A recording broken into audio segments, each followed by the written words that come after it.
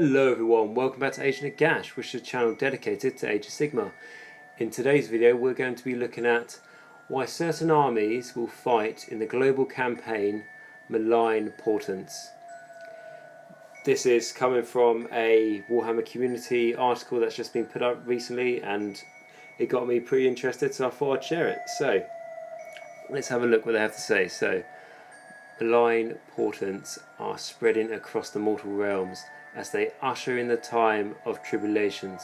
Whichever army you play, you've got a stake in the coming wars, and we decided to round up the reasons each faction might find themselves involved in this growing conflict. Okay, so they just want to try and, shall we say, boost our motivation and try and get our spirits up for this, what sounds to be a very large global campaign. I mean, we'll see what impact it actually has in the game, but you know, narratively it sounds pretty fun. Okay, so the first army on the list is, be prepared to be surprised, it's Sigmar and the Stormcast Eternals.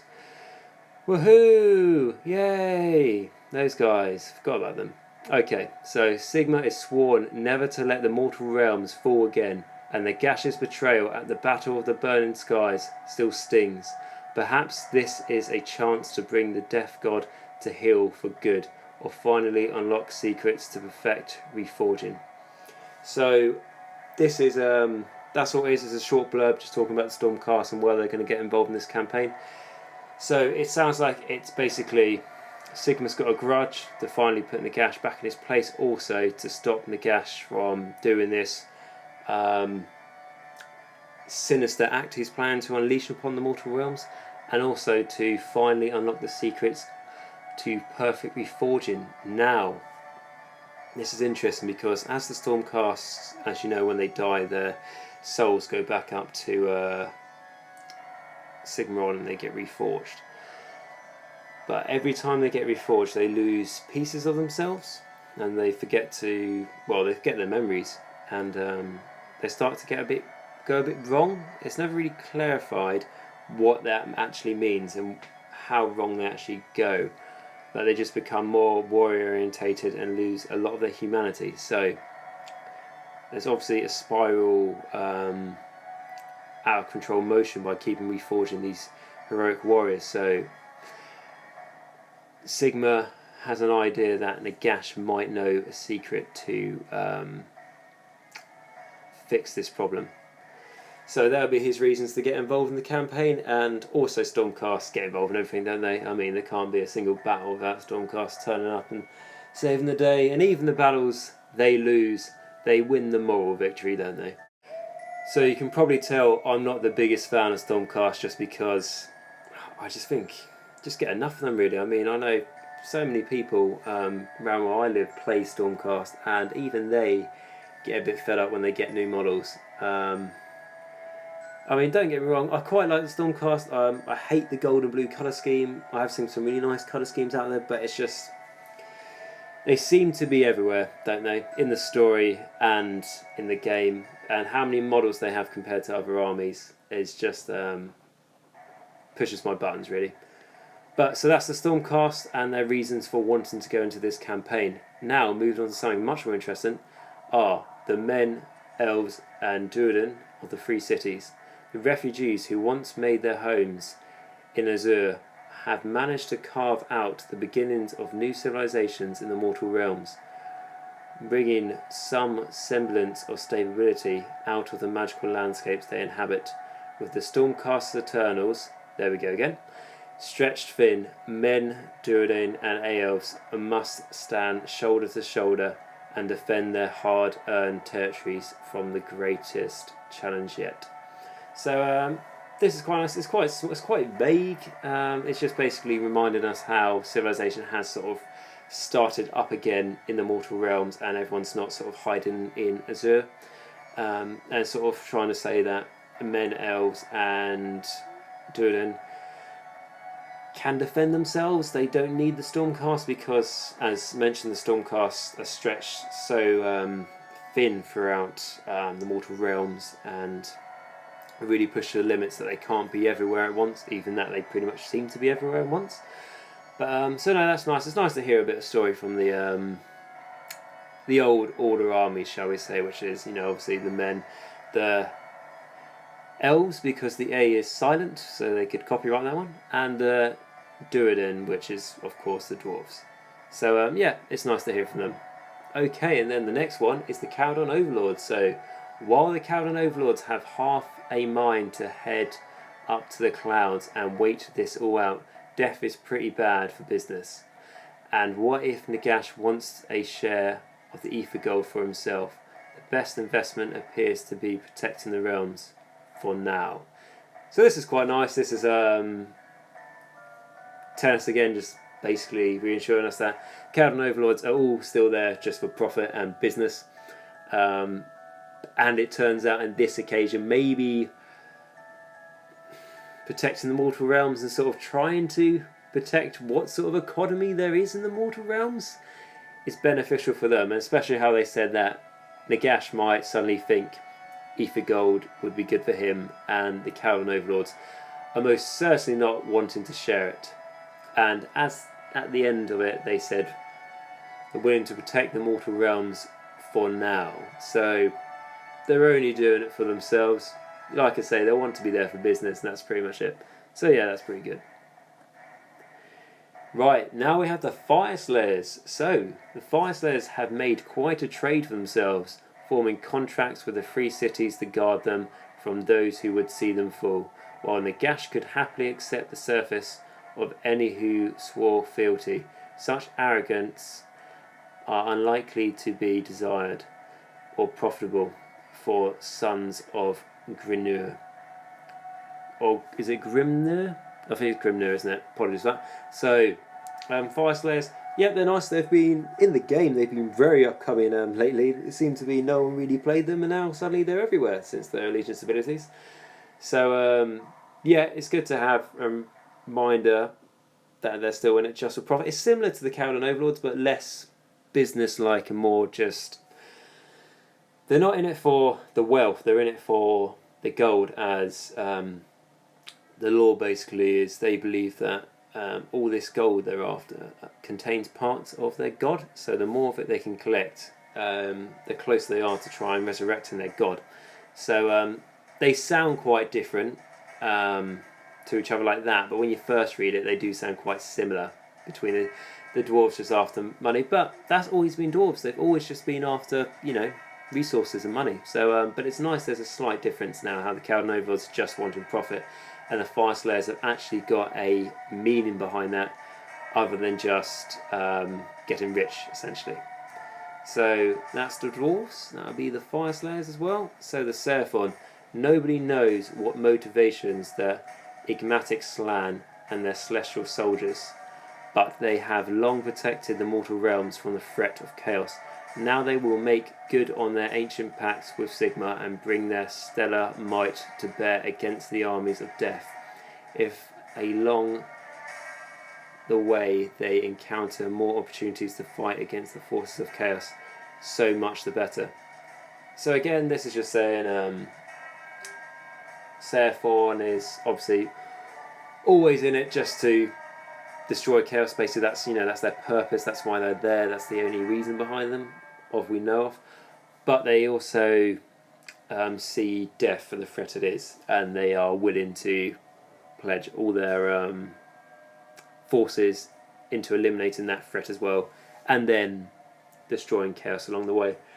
So yeah, I mean, so far we've only been looking at order. It does feel like everyone is ganging up on death, and I think that is what the point of this is. I think Nagash is about to unleash something very dangerous, and all of Order is clubbing together to stop him. Because Order is not... I mean, it's a grand alliance, but naturally it's not so much of a whole. It's not like they're the good guys. There are very, very, very grey areas. I mean, like the Fyreslayers, for example. I mean, they're good. It's they defend the cities and protect people from harm. They would also fight for chaos if they got paid enough. So they're not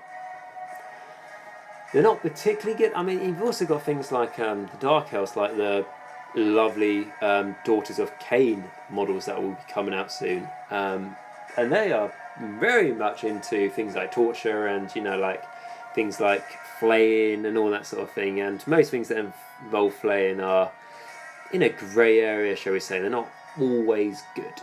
So, and the Seraphon, you know, their motives are obviously to destroy chaos, but their actions and how they perform it can be incredibly brutal warfare, and with not so much grace and you know, sort of normal soldiership. It's just brutal. It's basically, you know, just dinosaurs and, you know, like that primal instinct. So it's very, very different forms of quote unquote good in order. So yeah, so they're all willing to join forces to beat death, which shows just how devastating this plan the Gash has got for the mortal realms is. The Sylvaneth, as the servants of life, the Sylvaneth are anathema to Nagash's sterile and changing hordes, and while they hold no love for mortals who raze their forests and trample through their groves, they will find common cause to stop the death god from spreading his influence to their fertile groves. Okay, so this says it very clearly. So, like we're saying, how order's not all good. Sylvaneth, they are the definition of life. So, especially Alara, you know, the god of life. So, in itself, it is good at heart, but they don't, you know, they don't get on with humans, and even like Wood Elves, what are now Wanderers. They see the Wanderers as traitors as they abandon Alara when she most needed them, and then traditionally they've never got on with dwarves, and not the biggest fans of Sigmar either, but they're willing to put all these differences aside to fight the death god, being Nagash, and to stop the plans he has, as it will affect them all equally. So they really need to put aside their differences and band together to just stop the evil. And evil is a perspective word, because I don't think what Nagash is doing is evil. I think, you know, it's restoring order to the mortal realms.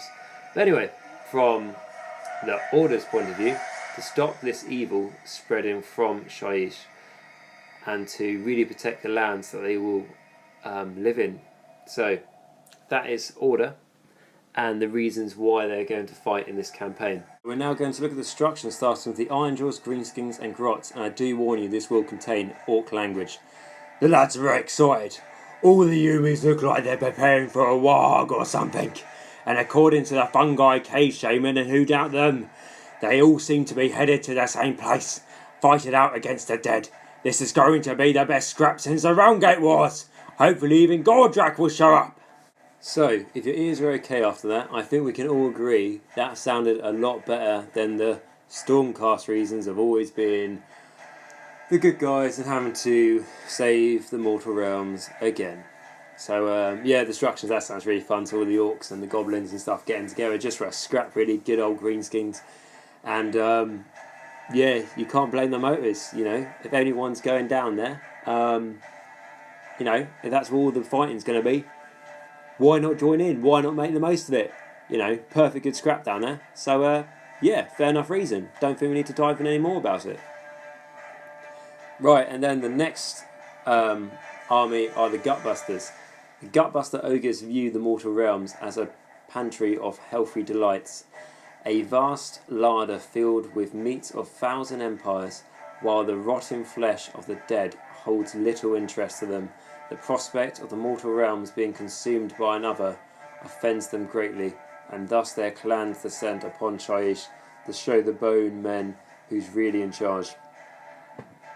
So yeah, this sounds quite good. So it's a bit of lore about the Gutbusters, which I think everyone will like because there's not really any lore out there, to be honest. So yeah, it just shows, you know, they see the mortal realms as food, and if the Gash was to wipe it out, when I mean that, I mean wipe out all life in the mortal realms, because that's bang to be what he's planning, exactly what he planned to do in the world that was.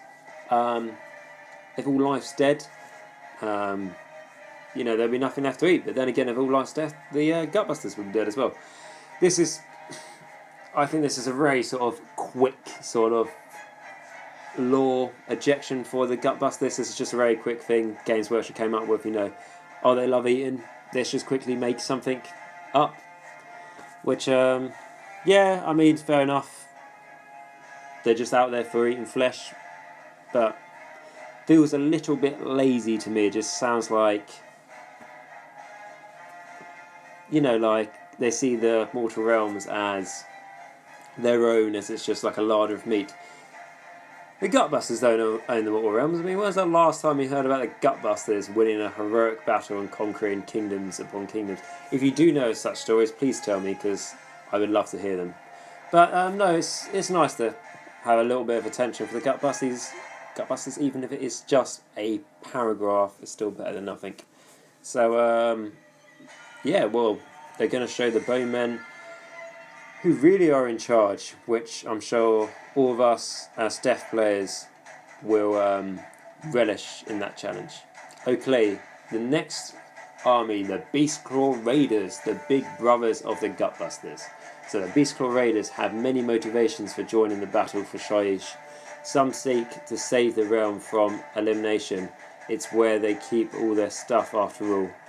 While others relish the prospects of devouring the strange delicious of the underworld. So, again, it's sort of similar to the Gutbusters and the sense they're all after food, but, Shyish is, of course, as we all know, where they keep all their stuff, apparently, so they've got to protect their stuff. I mean, like, if you kept all your stuff in a local storage unit and suddenly there was no security down there and you had important stuff there, you would go to protect it, wouldn't you? So, obviously, that's what the Beastclaw Raiders are doing. Sounds a little bit random, but so fair enough. That's their motivations for joining. Now, this is where we're getting to the good stuff. So this is the Legions of Nagash. So, listen up. The great work nears fruition, but it is at its most delicate stage. Even a small disruption could see countless centuries of plans set back or ruined. The Grand Necromancer has commanded it, and let none stand in his way. So, that's enough motivation to me. Nagash is the boss, and Nagash wants this. We get it done, boys. It's as simple as that. We don't really have much choice because we're not really meant to have a will of our own. So, that's a good way to kick off the Legions of Nagash. Gets me pumped for this campaign. So, that's good. And then it dives further. So we've got the Soulblight Vampires. For a time immortal, the Soulblights have existed on the fringes of mortal society, feeding where they can and conducting their blood rituals in secret. With Nagash's plan nearing completion, an eternal night awaits where mortals are reminded that they are merely the prey of their betters. So, this is good as well. So this is just saying how, really, if Nagash's plan works and the Soulblight Vampires are going to help him to make it work, it'd almost be like the rise of the Midnight Aristocracy from the world that was. How the idea of, things are much more grander scale now, but how the Empire in the old world, to the east of it, was Sylvania, and that was where all the vampires were, and there was a Von Carstein dynasty, and basically each member of the Von Carstein dynasty at some point had dreams of ruling over this empire of men and becoming the first eternal empire, and really sort of putting the humans into lower than a subclass state of creatures, literally just being used as a blood source to keep the vampires going, which is rightly so. I mean, the vampires want to put the people who are, I don't even think the Soulblight Vampires would compare them as people, really. They would want to keep their food source in, suitable conditions, just to be that food sources. So, the Soulblight Vampires, they're joining Nagash. They probably don't really have much choice anyway, to be honest. So, and then we have the Nighthaunt. So, none harbour more hatred for the living than the Nighthaunt. Malevolent spirits deeply embittered by the imprisonment in their afterlife, with the Stormcast Eternals descended on Shyish. Now is the time to show those privileged, Stormforged weaklings what happened to those souls that didn't get saved by the defeatable Sigmar. Okay, so this is quite cool. So this is putting a twist on it and making it quite personal for the Nighthaunt, how they were heroic souls as well who gave their life. Some of them probably gave their life for Sigmar, if not the majority of them, to try and defend their homes from the horrors of chaos in the age of chaos. Try and give in sacrifice beyond imagining to just try and protect what they stood for and the people they protected. But Sigmar turned them away and did not allow them to be reforged as Stormcast. And this jealousy and bitter hatred has stayed with them forever since, for hundreds of years, centuries beyond counting. These Nighthaunt ghosts have just been stirring and stirring this hatred inside them, and eventually now they finally have the chance to release all this hatred upon those they are so jealous of, being the Stormcast Eternals. So yeah, that's quite nice and personal for the Nighthaunt there, especially how you don't really hear much narrative and lore and all that sort of thing about ghosts do. So that's quite nice. And of course, obviously, they serve the Gash because he has complete control over them. And then we have the Flesh Eater Courts, where the noble kings are rallying their men-at-arms. The fair kingdoms of Shyish are under the threat from all manners of sources. The Stormcast Eternals seek to trample over the verdant glades, and Chaos Warriors would slay the gentle beasts that roam through them. A crusade has been declared for justice, for honour, and for Nagash. So, yeah, this is awesome. So, Flesh Eater Courts is one of my favourite parts of Death, and yeah, this is the little description here of why they're fighting is, for me, is like, it's just as good as the Orc one, because it's just so narrative driven. It's just how, like, obviously Shyish at the moment, a lot of it is just ruined cities, ruined kingdoms, just in complete despair and lifeless and stuff. But the Flesh Eater Courts see it as almost sort of like a sort of like Bretonia sort of landscape, like a fairy tale castles and lovely green pastures and lovely green forests full of life and all that sort of thing, with gentle creatures who live within and who did not deserve the horrors to be put upon them, these poor, souls. But in reality, the noble kings of Shyish from the Flesh Eater Courts are actually exactly that. The noble kings. They're not cannibals. They don't have this madness or this delusion which some people may have accused them of once upon a time. They are noble kings with noble warriors, and they are going to protect these gentle beasts, being zombie dragons and other sort of creatures that live within Shyish and other horrors we don't speak about. And they are going to protect, the people and the innocents of this realm. And they will do it, like they said, for justice, for honour, and for Nagash himself. So, let the favour be forever with the Flesh Eater Courts. And then, after death, we move on to All in Old Chaos. So, we're going to start with the Ever-Chosen and Slaves to Darkness. Mortal realms already have one king, and his name is Archaon.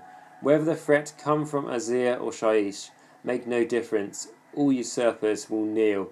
All souls will belong to Ever-Chosen, and chaos will reign. So this is basically Archaon not wanting to give up his Age of Chaos spell he had, because before Age of Sigmar it was there was an age of chaos where chaos basically got into the mortal realms for the first time and just went rampant over all order, all death, and all destruction, although the orcs turned out pretty well at the end of it.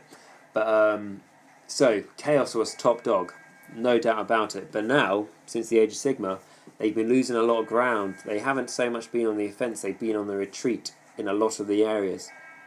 So Archaon this is his moment to remind everyone that chaos is the supreme ruler of the mortal realms, not Sigmar or Nagash.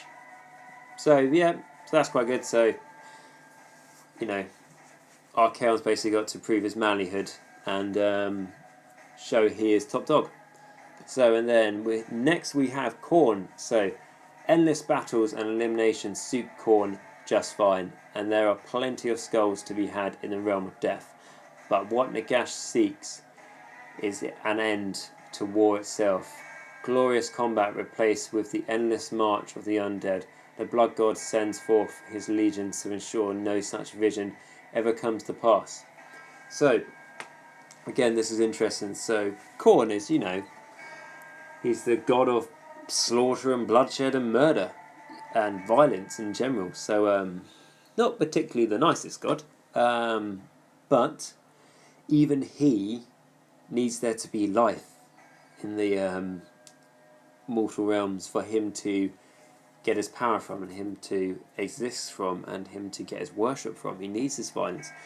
If there is no life, and it all turns to undead, and it all serves the single will of Nagash, there will be no infighting, there will be nothing for Khorne to get his worship from. So his power would drop immensely. So he's having none of this, so he's sending forth his best legions to ensure Nagash is not successful. Right, next we have Nurgle. So Nurgle has a workmanlike respect for Nagash. After all, death has its place in the cycle, but the elimination of all life would cause the endless dance of decay and renewal to cease, harming Nurgle's children in the process.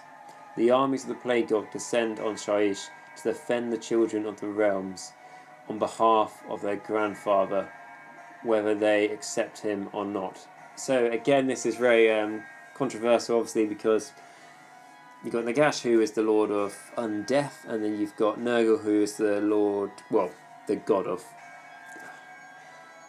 life, but in a different sort of way, as Alariel is the god of life. So Nurgle's not having any of this, the ending of the cycle of life. That's what he lives off, that's what he gets his power on. So like I said, he's not going to have any of this.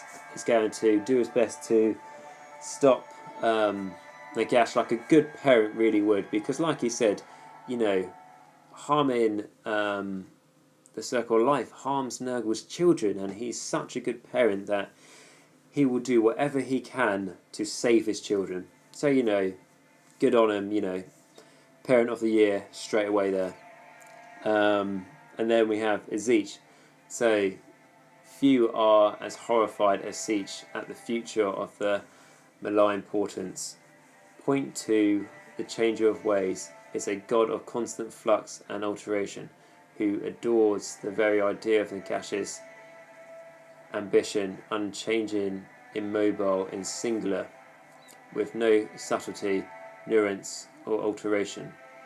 Throughout the realms, shadowy cults delay their plots and schemes to prepare for this bigger threat. So, obviously, Siege is the plotter of almost like every scheme, if not every scheme, in the mortal realms, and he's having to turn his whole attention to stopping Nagash, because this is really part of his plan if he wipes out all life. So Ijich, along with the other two Chaos Gods, is not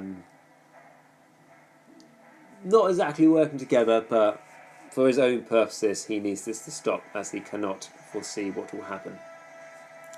Okay, and then the fourth one that often gets forgotten about is Slaanesh. So, trapped somewhere between the realms, Slaanesh has also had an insight into the dark future that could await the mortal realms, and is deliciously tormented by what the visions foretell. For one, it would make escape much more difficult, and for another, the dominion of death would just be an unbearably dull. So obviously Slaanesh is the god of like pleasure and excess. So if the mortal realms become lifeless, apart from, like I said, the dead all serving the will of Nagash, the only one who's going to revel in pleasure is going to be Nagash, more than likely. So Slaanesh isn't going to get much power from that, and like you said, it's going to be a bit dull, really. And of course, he is trapped somewhere between the realms, so good thing we've pointed him down to being trapped somewhere. So that's good. Always thought he could have been trapped nowhere. So that's good. We've heard a little bit about Slaanesh, so that'll be that done for the next 4 years. Moving on swiftly. The beasts of chaos, the bray herds and war herds despise all civilization, and the regimented order of Nagash's kingdoms is particularly repulsive to these naturally anarchic creatures. The woods of Shaiish once belonged to these beasts, and it's long past time for them to belong to the beasts again. Okay, so this is bringing not beastmen, of course. This is bringing the bray herds and the war herds, as they are called now, back to the sort of, shall we say, beastmen cousins of what they were like in the old world, by being very much of ambush creatures stalking in the woods, that sort of thing, having control of the forests. And apparently they had control of the forests in Shaiish before, I imagine before Sigmar came down with Stormcast, which wouldn't surprise me. And since then they sort of been, their numbers have been depleted and all that, but now they're on the rise again to take back the land that they once had in their control in Shaiish. So, you know, good luck to them. I'm sure their new allegiance abilities will help them with that. Now the last one we have, but most certainly not the least, is the Skaven. Now this is going to have some Skaven language, so apologies in advance. Dead things build pyramids, perhaps warpstone in there. Sneak stab into Shaiish. Break smash, yes yes. Steal it, take it. The great horn rat will have it all. And that is where it ends. So quite a short one for them, which is a bit of a shame, because I was enjoying that. But so that's that. That's the Skaven. So to be honest, they could have just stopped at Dead Things Build Pyramids, perhaps Warpstone in there, because that's more than enough reason for the Skaven to get involved. But they're also getting involved to whatever is in that pyramid.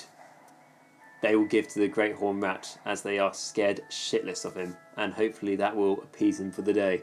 So that's the Skaven. Purely self-centered motives, and I don't mean self-centered as a race as a whole. I mean each individual Skaven is only going for his own personal benefits.